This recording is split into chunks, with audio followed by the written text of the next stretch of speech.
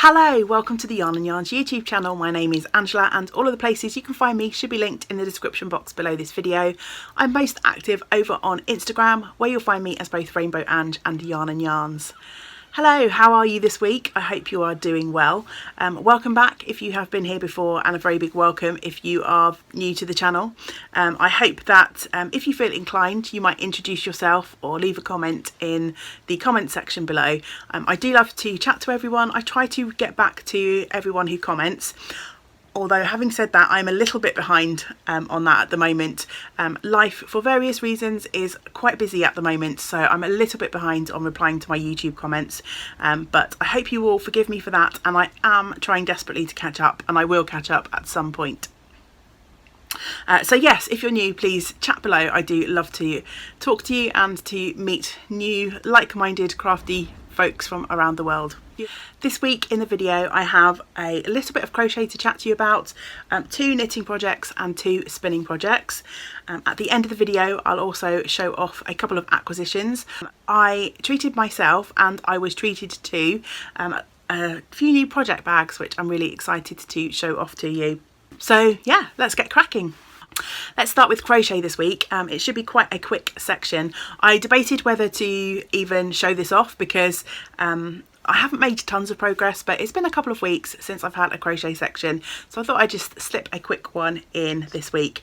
So I've been working on my Babette blanket this week, and if you have been following me for a while, you'll know this is a modular blanket pattern made from various sized solid granny squares, which you then join together at the end and add a border to. And I finished all of my granny squares and I have started the joining, and this week I've managed to add another section of the sort of joining part of this project. So it's not massively different from when I last showed it to you, but as you can see it's steadily growing. So this is the center panel, so you start the joining from the center and then you work out. So you basically, the schematic in the pattern shows you what to do in terms of joining which size granny squares to which, but you kind of make a strip and then add it on to the piece that you're already building. So I'm working out from the center. So another strip has been added to the Babette blanket, and I am just about to start the next section, to build up the next section. I am really excited about this project now that I'm at the joining stage because it's coming together nicely. I really like these different colours of the yarns. I'm using for the most part Cama Rose DK yarn, which I picked up at Loop in London as a little souvenir from a trip that I did there. I think the first trip was maybe 2 years ago, and then last year I needed to top up on the yarns and I was able to visit London for a couple of days while my partner James was working. I made another trip to Loop to stock up on the yarns. They didn't have all of the colours, so I had to vary things slightly, but I stuck with a very similar sort of colour palette, and it's a pure wool yarn, but it's fairly affordable. I think it was like £4 a ball for a pure wool yarn, which is really nice. And this is the first time I am actually crocheting myself a pure wool blanket. I've got several crochet blankets, but I have always stuck to working them in acrylic yarns so far because crochet eats up quite a lot of yarn and it can be quite expensive to make a blanket.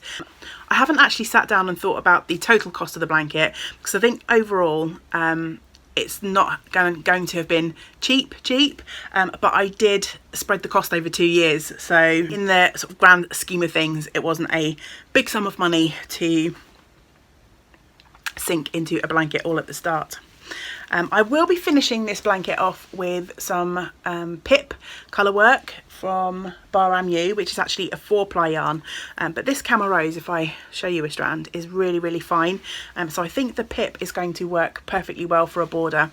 I've only got little bits and pieces left of the Cama Rose now, and I don't really want to place another order from Loop because I'm not entirely sure how much I'll need, and I know what I'm like. I probably end up over ordering and then having yarn left over, which is not the end of the world, but I have got a reasonably healthy stash and I don't need to add bits and pieces to that. So I've got some leftovers of the pip colour work, and I have also got a little bit of the Kate Davies Milwaukee tweed hanging around from another project that I made, and I think both of those yarns between what I have will be fine for the borders of this blanket when I get there.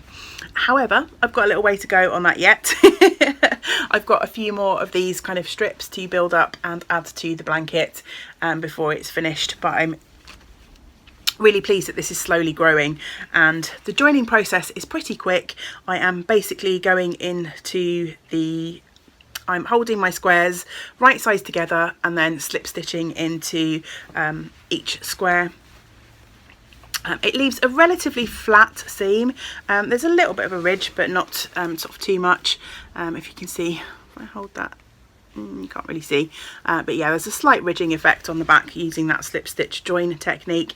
The pattern actually has you sew these squares together, but that's not my favourite. So I'm just going with the slip stitch join. My joining is probably not the neatest. I think I've spoken about this before. I'm just using up leftovers to join the squares, and I'm using a light coloured yarn at the moment, so you can see the joins. But this blanket is for me, and when you hold it the right side up, then you can't really see any of that joining yarn. This is going to be a nice snuggly lap blanket for me, so I'm not worried about achieving a perfect finish. If I was going to be gifting this to someone else, then maybe I'd be a little bit more careful, but basically my goal from this point is to use up as much of the bits and pieces of yarn that I have left over as I can. I really would like to try and put a bit of effort into that this week. My crafting time is reasonably limited at the moment. I've got lots going on work wise, but the joining of those squares is actually fairly quick when you sit down and get to it. So I might try and work on that as my priority this week. Famous last words, we'll see. Next up, let's have a chat about some spinning projects that I have been working on this week. First of all, I managed to finish 2 skeins. I'm looking in my basket. I've got a big basket of things to show to you. I finished 2 skeins of the yarn that I'm spinning from a Jacob Ryland cross fleece. That was my first foray this summer into prepping and spinning from a raw sheep fleece. So I washed the fleece earlier on in the summer. I carded it up into a big pile of rolags, and I'm now spinning long draw from those rolags to make my yarn. So I finished these 2 this week, and I'm really pleased. I spun up the singles over the last couple of weeks, and then yesterday I sat down and did some plying.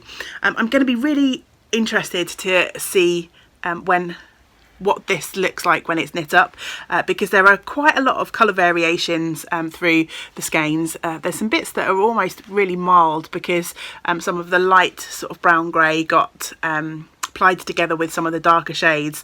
So I think it's going to be really interesting when I come to knit this. I don't know what exactly it's going to be. I'm going to spin it all up first before I decide on the project. But yeah, it's coming together nicely. It's not the most even yarn that I've ever spun, but I think that's mostly to do with my own kind of fibre preparation.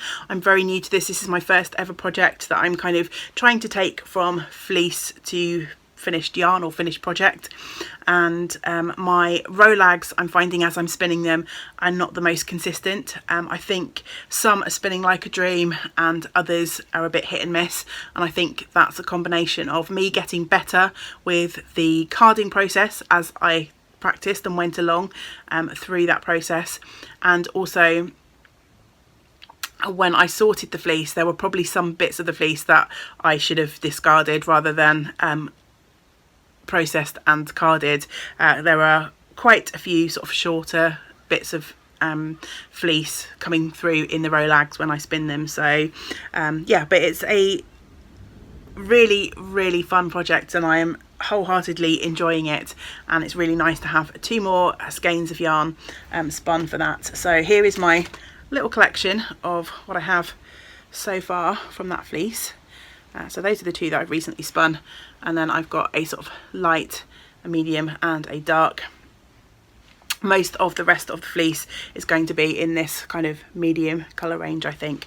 I'm not entirely sure how much yarn I'm going to end up with, but I'm slowly working away and practicing my long draw spinning with that project too. So I haven't begun to calculate the meterage of these yet, but just by eyeballing them, they look fairly consistent in terms of thickness.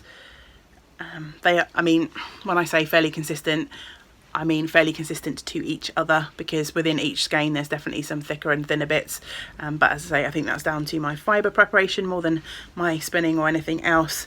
But when you kind of grab them all and look at them, they all look to be roughly same sort of weight. So yeah, really excited to have made some progress on that spin this week.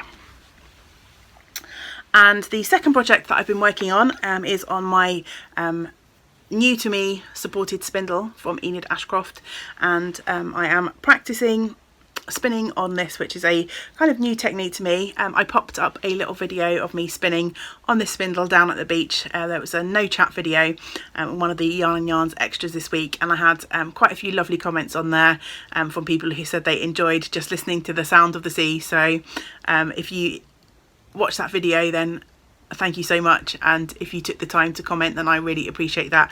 I like making those kind of videos. It's really fun for me to do the filming and the editing of those, so it's nice to know that some of you enjoy those videos too. So yes, I've been working on this. Last week I think I still had the grey fibre on the spindle, so I've finished spinning up the singles for that, and I'm now working on the pastel half of this fibre.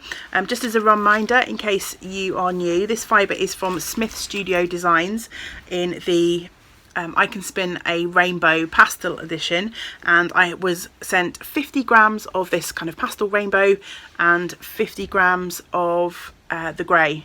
I'm working through the pastel now, and I sat and spun 1/3 of that last night, and it didn't take me too long at all. I've got into a much better sort of rhythm with this supported spindle. I've been using it every day now for a couple of weeks, so the motions are becoming a little bit more familiar to me, and I'm able to spin a little bit more quickly. So hopefully by this time next week I'll have spun through the rest of this. Finally, on to my knitting works in progress this week. I've actually worked on 3 projects, but I've got 2 to show you. I added a few rows to my Lemmy socks, a pair of vanilla socks knit from some beautiful yarn from Attic Spin Dye, but I'm not going to show you those this week because I literally maybe knit 10 rows or so, and it's a vanilla sock, and I've showed those quite a few times on my previous videos. So until I've made a little bit more progress on that second sock, I thought I wouldn't bring that up to show you today. But I also worked on the Dude cardigan, which is a project that I am knitting for my partner James, and I made again a small amount of progress on this this week, and I think really it's probably just this colourwork section here that I've worked on since you last saw this. This featured quite a lot in the video that I've most recently uploaded, which was my week in knitting. And again, thank you for the feedback on that video. I enjoyed putting that together, and quite a few of you said that you enjoyed that format, so I shall definitely add some more Yarn and Yarns extras like that in the future. I'm thinking about maybe working through my week in spinning this week and uploading that at some point next week. We shall see how much time I get. Anyway, I'm digressing. So yes, I have put in a little bit of work on this. Is one of the front panels of the cardigan, and I'm working on that middle colourwork section, which if you have followed along with this project, which seems to have been hanging around for ever and a day, you'll know this is my least favourite section of the cardigan. But actually this, as I thought might be the case, has not been too bad because the colourwork, this panel is laid out slightly differently to the same panel in the other pieces of the cardigan, and I've felt like I have worked through this a lot more quickly. I think I've spent maybe 2 evenings on this, and I'm almost done. As you can see, I've just got to mirror the rest of this kind of spiral design, which is only a few more rows, and then I'll be on to the armhole shaping and the top of the front of the cardigan. So my hope is to finish that this week and get started on the second front panel. So we are creeping ever closer to the finish line with that cardigan, but there's still a fair bit of knitting to go.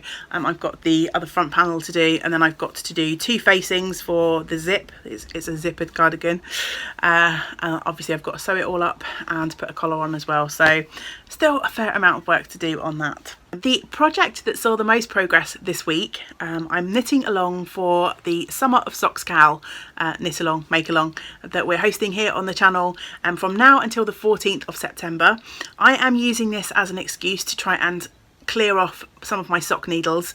A couple of weeks ago I sat down and realised I had 6 sock projects on the go, which some of you have popped up and said is not really that many compared to what you have, so that makes me feel slightly better. But it is quite a lot for me. I usually tend to have 1, maybe 2 sock projects on the needles, and through various accidents and loss of knitting mojo and a little bit of startitis, I've ended up with 6. So I figured having a sock knit along would be an excuse for me to concentrate on some of those projects, and indeed this first week that I've been sort of plugging away at my projects, I've made a good amount of progress, so it's definitely working for me. You don't have to work on sock whips, works in progress. You can start a brand new sock if you want, as long as it's finished by the 14th of September, then you will be eligible to go into our prize draw pot.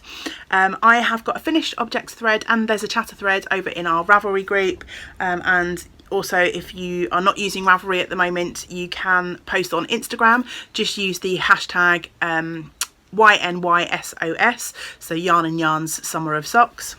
And on the last video I had a comment from someone who said that they were joining in spirit, but they wouldn't be able to post their finished object because they don't use either Ravelry or Instagram. And I thought, right, let's do something about that, because I want this to be as accessible as possible to as many people who want to join in as possible. So if you are knitting a sock and you finished a pair of socks before the 14th of September, by all means also feel free to email me a picture of your finished socks, and I'll put the email address on the screen here now. It's yarnandyarns@yahoo.com, and I'll make sure that I look at the finished objects in all of those places and put everyone into the prize draw pot.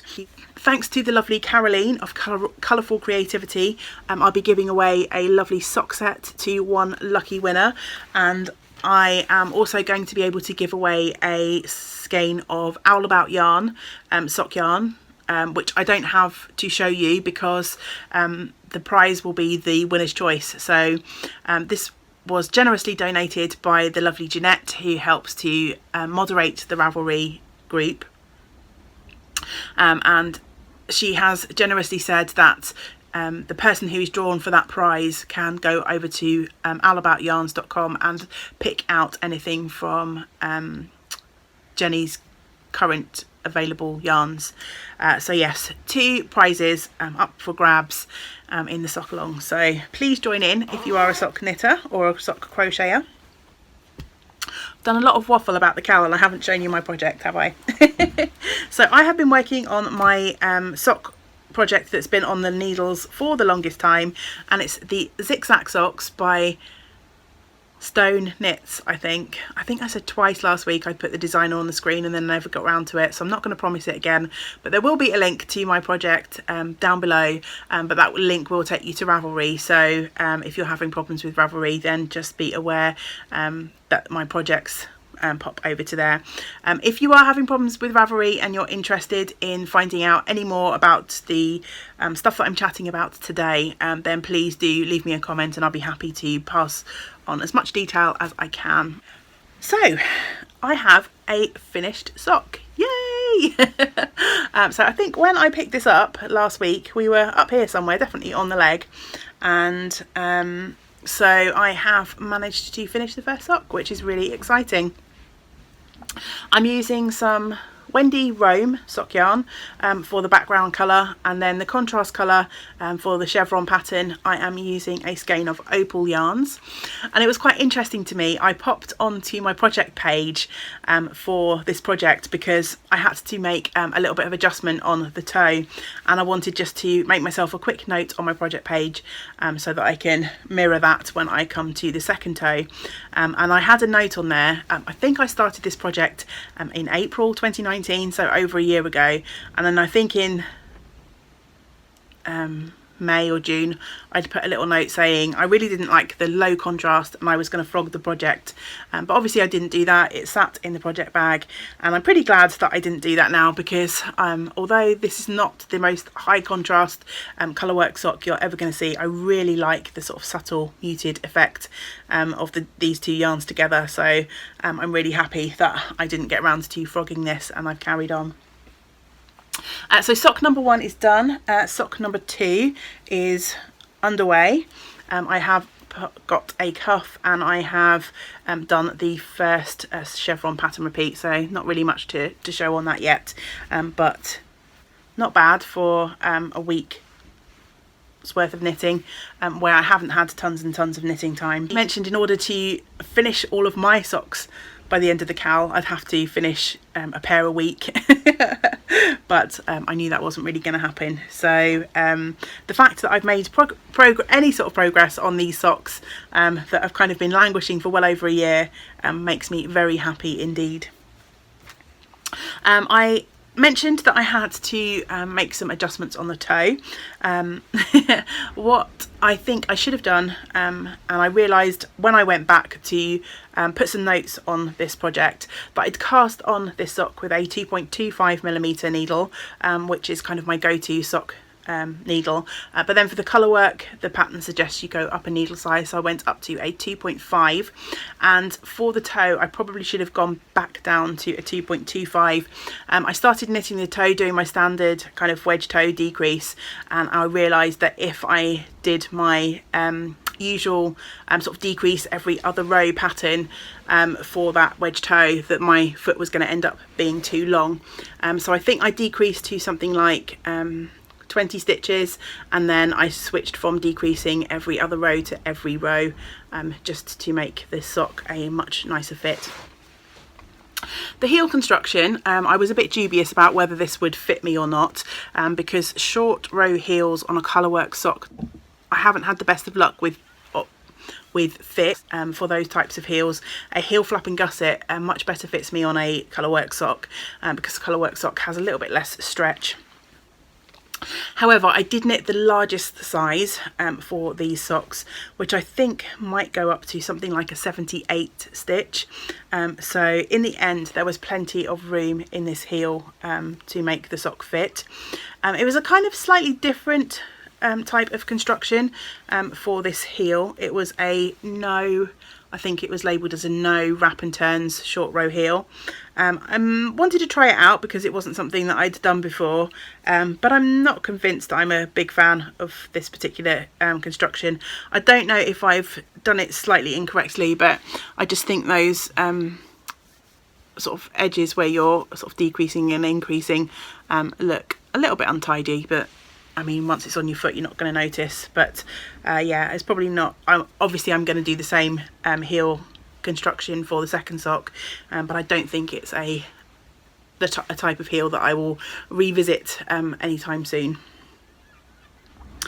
So yeah, just got to work away on this second sock. So this actually ended up knitting up fairly quickly in the scheme of things. It's a 4-row pattern repeat, so it's a bit like working with a self-striping yarn. You want to just sit and you knit 4 rows and then you think, oh, I'll do another 4 and then another 4. I think the foot of this sock, even though it's kind of a colourwork pattern, was kind of 2 evenings of knitting, and at the moment I'm getting 1.5 to 2 hours maximum knitting time, so it was fairly quick in the scheme of things. So yeah, that's everything I am working on, and I think I'm going to try and stick with those projects. So my zigzag socks, my Babette blanket and my dude cardigan. So yeah, I think I said this last week, hopefully the next few weeks aren't going to get too boring for you seeing the same projects again, but I am feeling motivated to get these projects done and off the needles, so we shall see how long that takes. Before I sign off, I've just got a quick acquisition segment. I've been working super hard over the last few weeks and I decided to treat myself to a couple of things. So the first thing that came my way is a beautiful project bag from Emma of Eldenwood Craft, and if you follow Emma at all, then you'll have seen her beautiful sheep bags, and I've been wanting one of these for ages, and she posted an update I think the week before last, and when I hopped over to the shop, lo and behold, there was actually one still available. Usually these sell out super quickly, or I don't catch the update in time and they've sold out. So I've treated myself to one of the lovely sheep bags, so I'm so thrilled to have that, and I think I'm going to be casting on some new projects soon because I've got this and I've got 2 more project bags to show you as well. My lovely friend Julia, who is Mindful Magpie, she had some beautiful project bags available for the virtual knit tea retreat marketplace back in June, and I commented that I really liked one of the fabrics she had. It's this beautiful bee fabric. Look at that, isn't that gorgeous? And she very kindly said she would gift me a bag, and she made this one specially for me because I think the bag that she had available, it may even still be available in her shop, had a different lining than this, but she said she would specifically make me a bag with a yellow lining. So this is a Japanese knot style bag, so you can pull the handles through each other, keep your project in there nice and secure, and it's great for on the go because you can then hold your sort of bag over your wrist. I really like this style of bag. I don't have that many, I've got a couple, but yes, I'm really happy to have this. So thank you so much, Julia. And while I was looking through Julia's fabric collection, she also had this beautiful stork design fabric, and I have a real thing for project bags with birds on them, and so I decided I had to treat myself to a stork bag as well. So it's that similar Japanese knot style. So yeah, 3 new project bags. Ooh, that's super exciting for me, at least. And I'll put the links below to both Emma and Julia's websites if you would like to go on over and see if they have anything available that takes your fancy. Maybe I can be a bad influence and tempt you into purchasing something. Aside from that, it's just been a generally busy week again. Things are moving on apace with the Yarn and Yarns closure in our current location, and trying to get things switched over to a new format. I'm hoping to go online. I also have another kind of potential branch to the new format Yarn and Yarns, which I am in the process of finalising at the moment, so I'm being a bit cryptic, but once I can give you news on that, I absolutely will. Coming up this week, I am hoping to have a video on the Yarn and Yarns community window display. We actually installed that display last week with the help of my lovely friend Jackie, and if you follow Julia, Mindful Magpie, over on Instagram, you might have seen a sneak peek of what that window display looks like, because Julia came to the shop on Saturday and she took a few pictures and put them up. I am hoping, as I say, to do a short video on that, so you can all see all of your fabulous hard work on display in the shop. If you were thinking of contributing to that and you didn't get around to posting your items, then please, it's not too late. If you want to send your stuff, you absolutely can. The shop is going to be open to customers for the next 3 weeks, and my lease doesn't run out until 5 weeks time, so the window display will be in situ for the next 5 weeks. It'll be the last thing I take away.